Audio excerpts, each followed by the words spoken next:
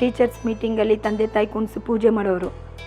ಅವತ್ತು ಅಮ್ಮ ನಾವು ಇವತ್ತು ಹೋಗೋದು ಬೇಡ ಅಮ್ಮ, ಯಾಕೆ ನೀನು ನನಗೂ ನೋವಾಗುತ್ತೆ ಅಂತ.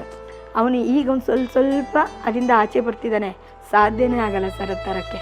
ಅವನಿಗೆ ಈಗಲೂ ಆ ಫೀಲ್ಗಳಿದೆ. ಯಾರ್ಯಾರು ಮಕ್ಕಳು ಅವ್ರ ಅಪ್ಪಂದಿರು ಕರ್ಕೊಂಡು ಹೋದರೆ ನಮ್ಮದೇ ಏನೇ ಆಗಲಿ, ದೊಡ್ಡದಾಗಲಿ ಚಿಕ್ಕದಾಗಲಿ ಒಂದು ಕೂಡು ಅಂತ ಇದೆಯಾ ನಮಗೆ. ನಾನು ಇದು ಮಾಡಬೇಕಲ್ಲ. ಪ್ರತಿಯೊಂದು ಹೆಣ್ಮಕ್ಳಿಗೂ ವಿದ್ಯೆ ಮುಖ್ಯ, ಓದಬೇಕು.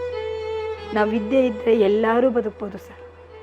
ನಾನು ಬೇರೆ ಥರ ಭವಿಷ್ಯ ಕಟ್ಕೋಬೇಕು, ಇನ್ನೊಂದು ಇದ್ರ ಬಗ್ಗೆ ಏನಾದರೂ ಯೋಚನೆ ಮಾಡಬೇಕು ಅಂತ ಯಾವತ್ತೂ ಯೋಚನೆ ಬಂದಿಲ್ವ ನಿಮಗೆ? ಸರ್ ನನಗೇನು ಗೊತ್ತಾ, ಅವರು ತೀರೋದ ಮೇಲೆ ಆ ಥರ ಆಲೋಚನೆನೇ ನನಗಿಲ್ಲ. ನನಗೆ ಯೋಚನೆ ನನ್ನ ಮಗನ ಭವಿಷ್ಯ.